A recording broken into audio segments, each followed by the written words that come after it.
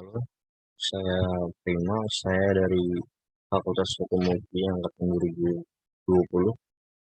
Di sini saya akan membaca tentang UU Cipta Kerja nomor 11 tahun 2020. Bagian keempat, pertanahan. Paragraf 1, Bank Tanah. Pasal 125. 1. Pemerintahan pusat membentuk Badan Bank Tanah. 2. Badan Bank Tanah sebagaimana dimaksud pada ayat 1 merupakan badan kasus yang mengelola tanah. 3. Kekayaan pada bank tanah merupakan kekayaan negara yang dipisahkan. 4. Badan bank tanah berfungsi melaksanakan perencanaan, perolehan, pengadaan, pengelolaan, pemanfaatan, dan pendistribusian tanah. Pasal 126. 1. Badan bank tanah menjamin ketersediaan tanah dalam rangka ekonomi berkeadilan untuk kepentingan umum, kepentingan sosial, kepentingan pembangunan nasional, pemerataan ekonomi, konsolidasi lahan, dan reforma agraria. Ketersediaan tanah untuk reforma agraria sebagaimana dimaksud pada ayat 1. Huruf F paling sedikit 30% dari tanah negara yang diperuntukkan bank tanah.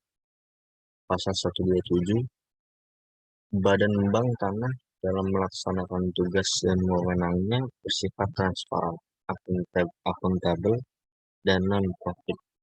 Pasal 128.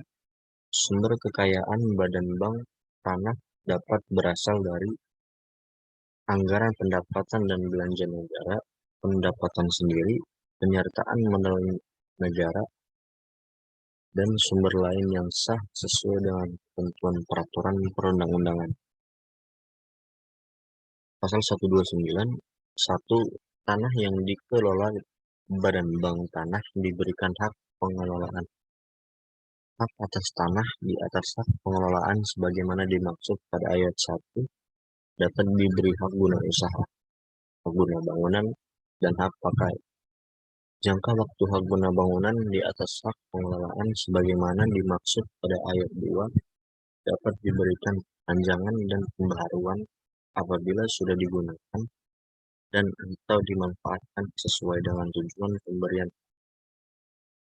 1. Dalam rangka mendukung investasi, pemegang hak pengelolaan badan bank tanah diberikan wewenang untuk melakukan penyusunan rencana induk, membantu memberikan kemudahan perizinan berusaha atau persetujuan, melakukan pengadaan tanah, dan menentukan tarif pelayanan.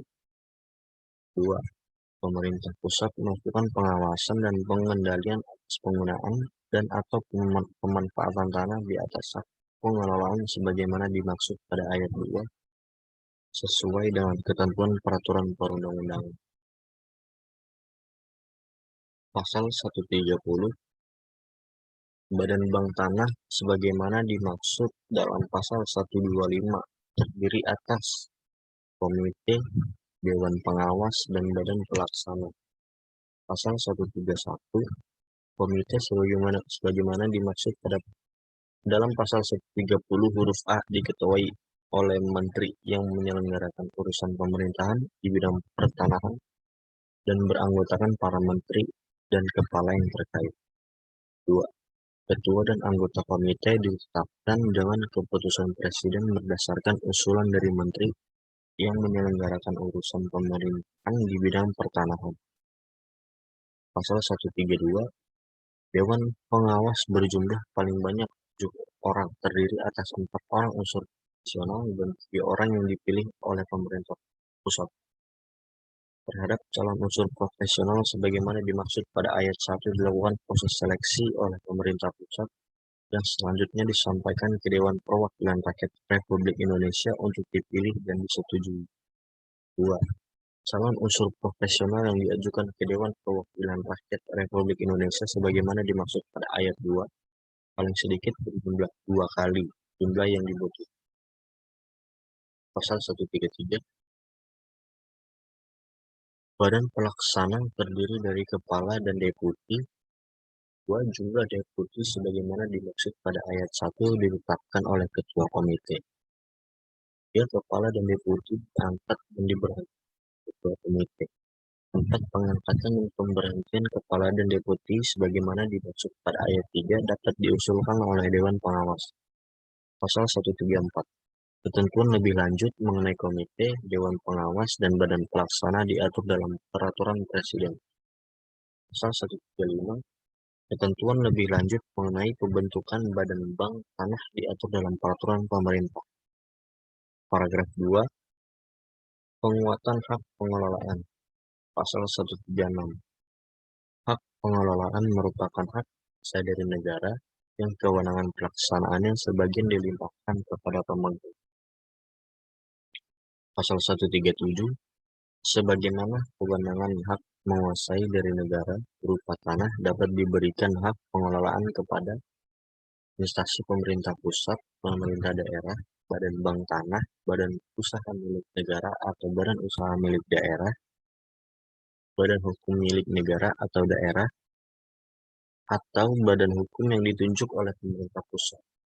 2. Hak pengelolaan sebagaimana dimaksud pada ayat 1 berikan kewenangan untuk A. Menyusun rencana peruntukan, penggunaan, dan pemanfaatan tanah sesuai dengan rencana tata ruang. B. Menggunakan dan memanfaatkan seluruh atau sebagian tanah hak pengelolaan untuk digunakan sendiri atau dikerjasamakan dengan pihak ketiga. Dan C. Menentukan tarif dan menerima uang pemasukan atau ganti rugi dan atau uang wajib tahunan dari pihak ketiga sesuai dengan perjanjian. 3. Pemberian hak pengelolaan sebagaimana dimaksud pada ayat 1 diberikan atas tanah negara dengan keputusan pemberian di atas 4. Hak pengelolaan dapat dilepaskan kepada pihak yang memenuhi syarat. Pasal 138. 1. Penyerahan pemanfaatan bagian tanah hak pengelolaan kepada pihak ketiga sebagaimana dimaksud dalam pasal 133 ayat 2 huruf B dilakukan dengan perjanjian pemanfaatan tanah. Di atas tanah hak pengelolaan dan pemanfaatannya diserahkan kepada pihak ketiga baik sebagian atau seluruhnya. Dapat diberikan hak guna usaha, hak guna bangunan, dan atau hak pakai sesuai dengan ketentuan undang-undangan. 2. Jangka waktu hak guna bangunan di atas hak pengelolaan sebagaimana dimaksud pada ayat 2 dapat diberikan perpanjangan dan pembaruan hak apabila sudah digunakan dan atau dimanfaatkan sesuai dengan tujuan pemberian hak.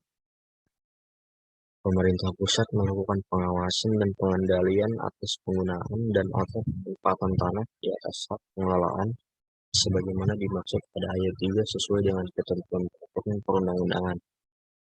Dalam hal hak atas tanah yang berada di atas hak pengelolaan telah berakhir, tanahnya kembali menjadi tanah dan pengelolaan. Pasal 139. 1.